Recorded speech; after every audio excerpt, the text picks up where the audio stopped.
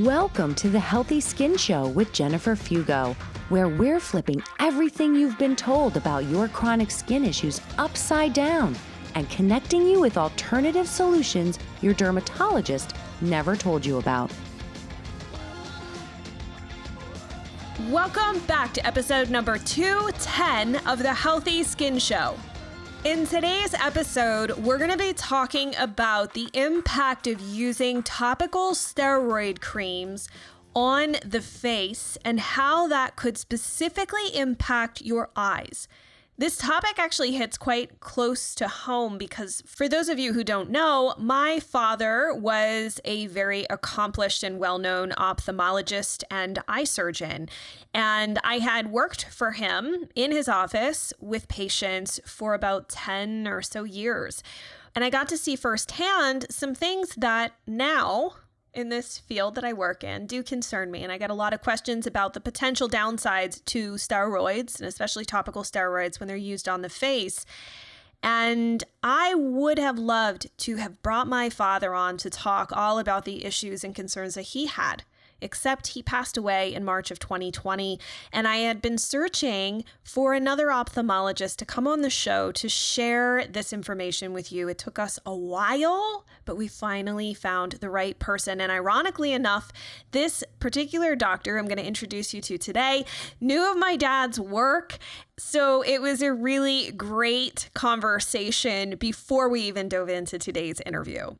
My guest today is Dr. Brian Boxer Wachler. He's known as America's TV eye doctor, and he's been featured on Good Morning America, The Today Show, CNN, Dr. Phil's, The Doctors, and many more. He also has over 1.6 million followers on TikTok and is known as the go-to doctor for calling out various fads about what is real and what's fake.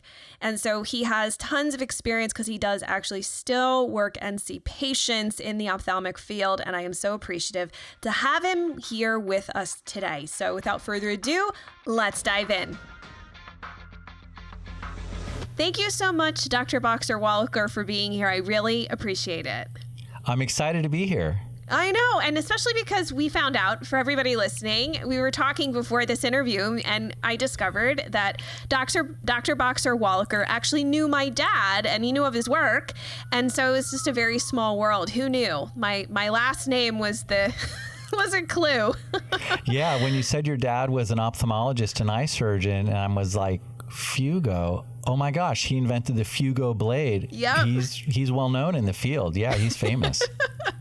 So it's a real honor to be here with you today, especially because I would have normally have asked my dad to do this. So it's nice that I'm getting to interview someone who actually knew of my dad and his work on this topic, which is really near and dear to my listeners' hearts, or shall I say eyes, so to speak, because the reality is that many of the people who I'm talking to on my podcast, they're listening because they're dealing with skin rashes of some sort. And I'm sure and actually, I might ask you some other questions just on steroid drops and things, but we're going to talk about steroid creams predominantly and the use of them on your face, especially around the eye area.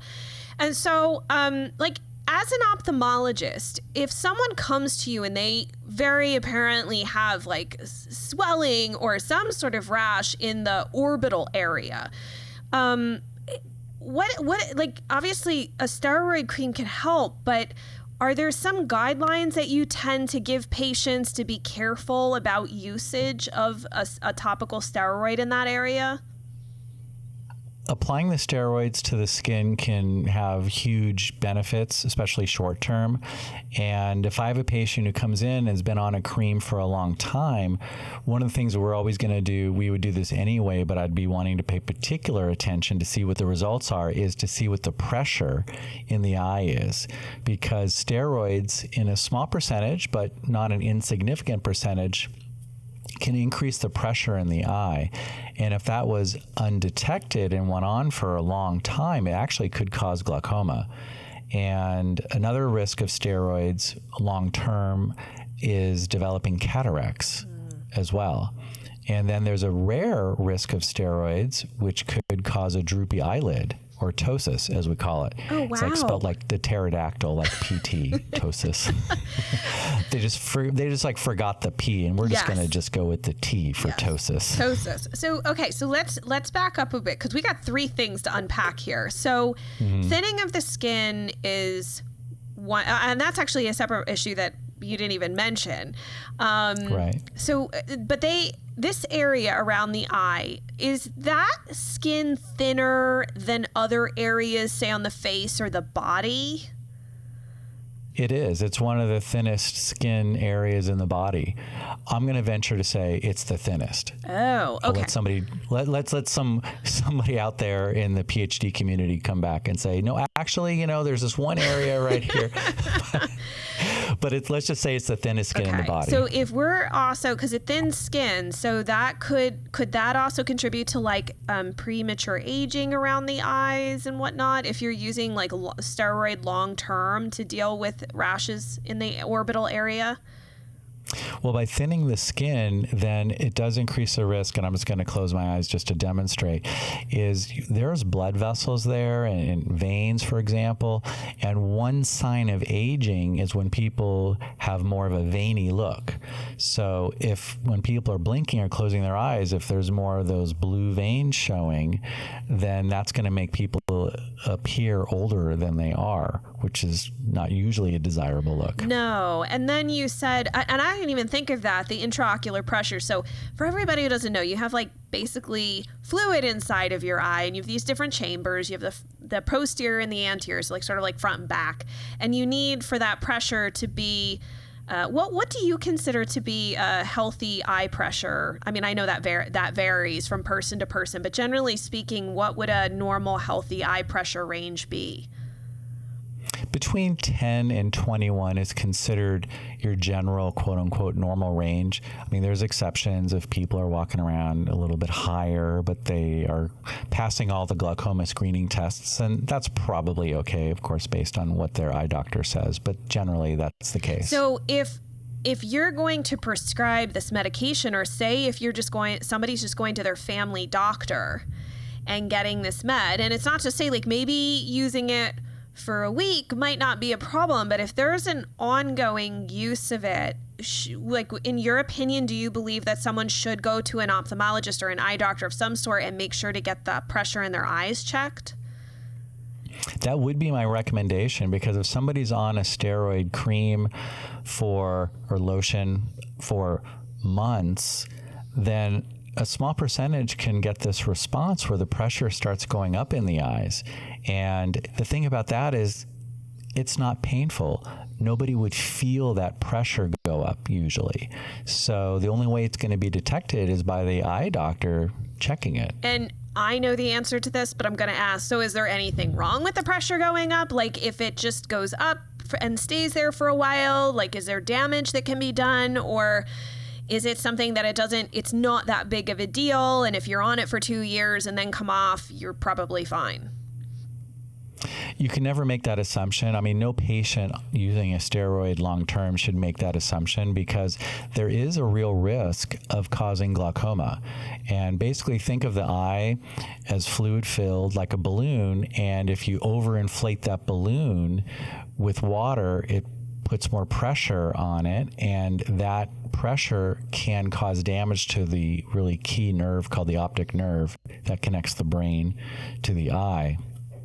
And if that pressure is causing nerve damage, that can start to affect the vision, the peripheral vision.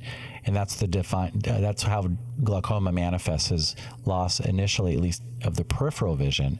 And so left unchecked, the vision keeps closing in. And really, if it was high pressure for a long time, it can cause complete blindness if untreated. So this is something that's kind of a big deal, I would say.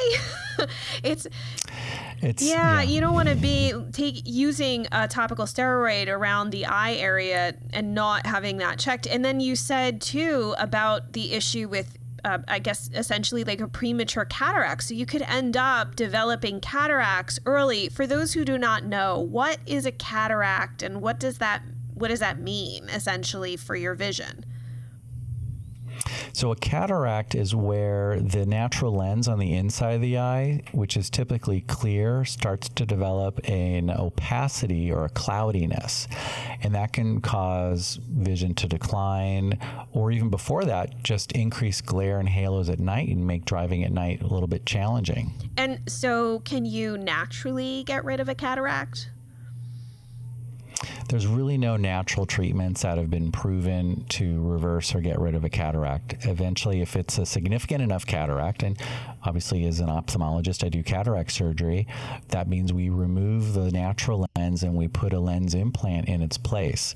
And so if somebody had that develop after using steroids for a while, and I've had patients who've come in with blurry vision and I start asking about their history and looking at their medication list, and I've seen it. I've seen this happen, and people are just so surprised that a steroid caused their cataract. I mean, there's so many risks too on being on steroids for long term. Does the same apply to steroid eye drops? Because I know that there were some instances where my dad would say, "Oh, well, you're using like a steroid type medication for your eyes themselves." Is that the same? Is there the same risk? Absolutely, because if anything, it's probably more easily absorbed directly on the eye. So yeah, steroid eye drops long term have that same risk. If anything, probably a little bit of an increased risk over topical steroid creams on the skin. Is there anything that you recommend, like if someone's really struggling with rashes around the eye area, and maybe even too, like chronic blepharitis or some sort of issue where the eye is really red and irritated? In addition, I mean, I've seen photos of folks who have like really inflamed red eyelids, and their eyes also look really scratchy and uncomfortable, and they just cannot seem to get rid of this. Are there any other potential options that they could use other than steroids?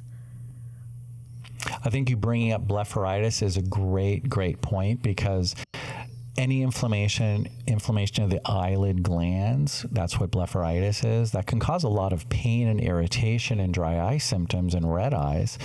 Steroids can help knock it down, but it's a Band-Aid treatment. So what we know is that the most common type of blepharitis, dry eye, is inflamed oil glands. They're called meibomian glands. And research out of Harvard Medical School over many years has found that these glands have receptors for this hormone, testosterone. And so what we've developed over the last probably 15, 17 years is using a cream that has some testosterone in it. And it sounds a little bit crazy, but this works in about 95% of people so well that they just continue with this cream, because if they stop, they're like, oh my gosh, my eyes are starting to feel like they're back in the toilet again, basically. So they use the cream just on the skin right here at the edges, and it absorbs and gets into the glands. And like I said, for a huge percentage of people have worked wonders, when blepharitis is usually a chronic, lifelong condition. And I even have it myself. Like, I'm also sort of a patient, and I use this testosterone cream myself on my own eyelids. I've been doing this for, probably, 14, 15 years now.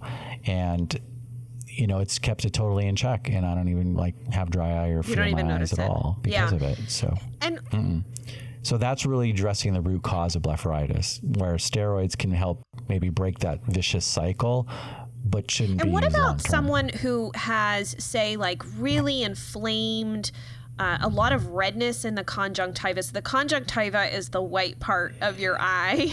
It should be, I guess, a whiter-ish tone. So for somebody who's really struggling, because I do also have clients that really struggle with histamines, and so they're very sensitive to histamines in their diet.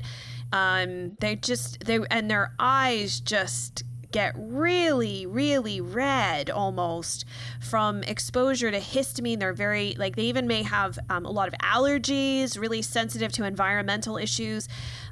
Is there anything that you have found that's helpful in terms of, if someone goes to their ophthalmologist, what they could possibly ask for? Is there any type of help there to help calm the eye eyeball itself down? I think that's a good point, and I think it's important to distinguish allergy or histamine-related red eyes from sun damage red eyes, because very different mechanisms. And just to, I just want to make a public service announcement that it's really important for everybody to wear sunglasses outside, especially on cloudy days, because the ultraviolet light from the sun causes damage to the conjunctiva, like you were talking about, the membrane over the white of the eye. That can make it permanently bloodshot or have yellow spots develop, and people with darker complexion get brown spots on that white area. We treat it with the procedure called the whiter eyes procedure, so that's treatable, but the point is it's different than the redness from allergies. But please wear sunglasses, everybody. It's like sunscreen for your eyes. So when you're talking about help now for allergic-related red eyes, so there's over-the-counter drops like Patanol, which can help. Those are antihistamine type drops and can stabilize. And then for some short-term allergic relief, there's Nafcon A. That's a good one. And you have to be a little careful using some of those drops that are also the vasoconstrictors that make the eyes look white temporarily, because it can cause a rebound redness that can be permanent over time. They almost trick the eye into thinking that it doesn't have enough blood flow, and then the blood flow is created by the eye in reaction to that, and then people can end up with permanently bloodshot eyes. That does not sound fun at all. I've seen it. That's why I know it exists, because people are coming also for that whiter eyes procedure that have unfortunately been unknowingly victimizing themselves with the chronic get the red out So drops. Can I ask another question, because you've mentioned this a few times, like drops can be readily absorbed through the tissue, that the creams can be absorbed through the tissue. So here's the thing. I get asked a lot, my eyelids, my eye area is really bothering me. And, can I use this cream? Can I put this moisturizer, this product around this area? And, look, I always tell people, I'm not a doctor. You need to speak with your doctor. But my experience had been in working with my dad that people had used all sorts of things around their eyes and then ended up in a lot of pain. Mm-hmm. So for somebody who is struggling with this, because I don't want to be like, don't do all these things, right? Because that sort of feels like, well, what can I do?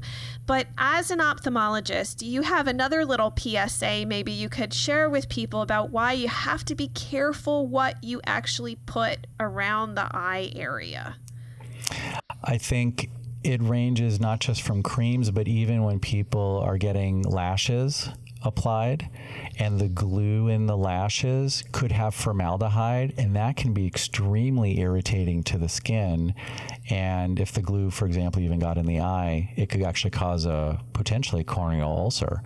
So I think look for things that are low allergy profiles. That's probably the best way to think about it, and more natural. So even for people who have dryness of the skin around the eyes or dry eyes, we've had amazing results having people just take oral flax oil capsules, because it internally lubricates the membrane. And so that's been huge as a natural thing. But in terms of the creams, look for things that have less of the chemicals and just more natural, because those chemicals can be very irritating. So even if it's a cream, like an eczema cream for your body, right? Does that necessarily mean because it's an eczema cream, it's safe to put literally around the skin of the eyeball itself? You'd have to look and see how it's labeled, and if you have any concerns, talk to a doctor about that, because like we talked about, the skin around the eye is very thin, so it's more sensitive, it's more susceptible. And By I the also way, think. By the Go way, there's ahead. one other thing I think is good to mention. We talked a lot about the steroids, but in rare cases, like people using steroids, especially steroid creams, it can cause the eyelid. Oh, no, we talked about the ptosis. Oh, yes. Why would it cause the eyelid to droop? That's right. Thank you for circling back on that. Do you know what the reason is that it would cause the ptosis? The presumed reason is that it's affecting the muscle, because as we're looking at each other right now, we have eyelid muscles that are holding our eyes up. Not our eyes, our eyelids up, technically. But if those muscles get weakened, guess what happens? All right, the eye droops. Yeah. Now, people will interpret it usually as my eye got smaller, which of course didn't happen. But the eyelid drooping makes it appear smaller. So steroids in rare cases can cause what's called a myopathy, which is just a really fancy way of saying it's messing with the muscle and it's not as strong and it's weakening the muscle. And so the muscles here droop. And so that's a rare risk. People taking systemic steroids can get a systemic myopathy or muscle weakening in their body too. Really? Like higher dose systemic steroids like prednisone and things like that. But that's important to be aware of. If you're using an eyelid steroid and you're getting a droopy eyelid, you should definitely talk to your doctor. Oh, wow. I didn't, I knew some of this from my dad. And some of it I didn't know. And that it's really helpful to hear this because I don't know where else to, I was like, I got to ask somebody because I don't know where else this information is being shared. You're the first ophthalmologist I've had on the show. I've had a lot of dermatologists. I've had some gastroenterologists. And, I've had dietitians and all that, but you're the first ophthalmologist I've had on the show. And this is really helpful for people to hear because your eyes, the one thing that I took from all the years of just having a dad as an ophthalmologist was that while we've made so many advancements, we can't replace the eyes, like the eyeball itself. We can't. So if there is damage, sometimes it's not fixable. We're not there yet. There's no bionic eye. There's, if the retina is damaged, sometimes that is what it is. And so he always impressed upon me the eyeballs are essentially an extension of your brain and you want to take care of them. And so we want to do our best. This has just been like so cool and enlightening. I really appreciate you spending the time sharing this with us, especially too, because you have, for those who don't realize, Dr. Boxer Wachler actually has a really great TikTok. If any of you are on TikTok, he has a really great TikTok account. And actually, I've watched your account and I was like, what is that? And then you told me that the eye surgery didn't go over so well on TikTok, which is not honestly surprising. I'm desensitized to eyeball surgery because my dad made me watch it as a child. But most people, eyes are a funny thing, It's funny because on TikTok, my main role is to help answer questions. And in Gen Z's language, something that's fake or not true is called cap. So I have this whole game where I hold up like my blue hat, and put like my blue cap on in response to a video if it's like not true. And so mostly it's been dispelling a lot of myths or confirming things that are true that could be really surprising, natural remedies for things, which I've learned a lot doing this. But when I was doing eye surgery one day, people were asking me, I want to see a LASIK. I want to see a LASIK because I do TikTok live too and answer questions. You don't want to see a LASIK. Let me just... And, yeah, so like you're desensitized, of course, I'm desensitized because I do LASIK. And so I thought because people were asking, so we were showing a live LASIK, and people just get so wigged out when they see an eyeball and instruments going in an eyeball that they never associate the two going together. And so after that, we're like, no, we're not going to show any live surgery, and we're not going to post any like surgery videos on my account. That doesn't go over well to the general population. I think eyes are like teeth. Most people, those two areas, like don't want to, no way. I'm going to venture to say eyes are like sausage. And I know you're wondering, how is that? It's like, You like the sausage, but you don't want to know how it's made in the factory. No, you don't. No, you don't. You don't want to know how the surgery's done and everything. I mean, I saw a lot of interesting things that my dad would do over the years, but I will say having that direct, just getting to see firsthand the damage that can happen. And actually, I've even had like corneal abrasions, which are extremely painful.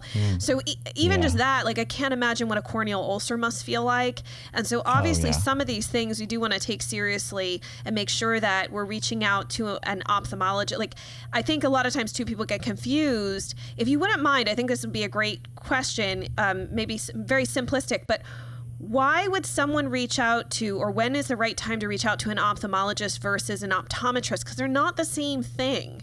And I think people get confused and think eye doctors are all the same, but they're really not. That's a great question. So an ophthalmologist is somebody who went through medical school, is a medical doctor, and then they specialized in eye care and eye surgery. An optometrist is also an eye doctor, but they went through optometry schools. So they're really specialists in optical care, i.e. glasses, contact lenses, but also medical care for eye conditions too. Some of them can be very well trained with specialty training to treat other types of eye conditions, but they also treat regular eye conditions as well. So one's a bit more specialized, but both are eye doctors and provide really good eye care, depending on what the needs are. And obviously, if it gets too serious for an optometrist, they're going to refer you to an ophthalmologist, or you might even get referred to like some sort of subspecialty, depending on what issue. Like I knew there was neuro-ophthalmology, and there's all these different specialties. So yeah, like my specialty is cornea. So most of my world is like in the front part of the eye, like the windshield of the eye, basically. And that's one of my specialties is keratoconus, where the cornea bulges out. And I developed and pioneered a number of procedures like cross-linking to help stabilize it from bulging, and other procedures to restore the vision, improve the vision. That's awesome. So we can get really specialized in one area. It's like micro. All the surgery is very tiny. Micro. My world is about a half a centimeter. It's very tiny. But I just want to thank you so much for being here, Dr. Boxer Wachler. This has been so informative, so helpful for my listeners. I know that they will really appreciate it. And we'll make sure to link up to all of your social media accounts and your website and everything in the show notes so they'll be able to find you. And I just thank you so much for being here. It's been an honor to talk to you. Well, it's been a lot of fun as well, Jennifer. It's my hope that this episode will not freak you out. You won't have a panic attack, but it will help inform your decision and also allow you to have more meaningful conversations with your doctors, especially when it comes to using any type of steroid. Because yes, it can impact your eyes in different ways. If you've got questions or comments, or you want to check out any of the resources we have linked up, including Dr. Boxer Wachler's website, you can head on over to skinterrupt.com/210, and you can leave your questions and comments there so we can keep the conversation going.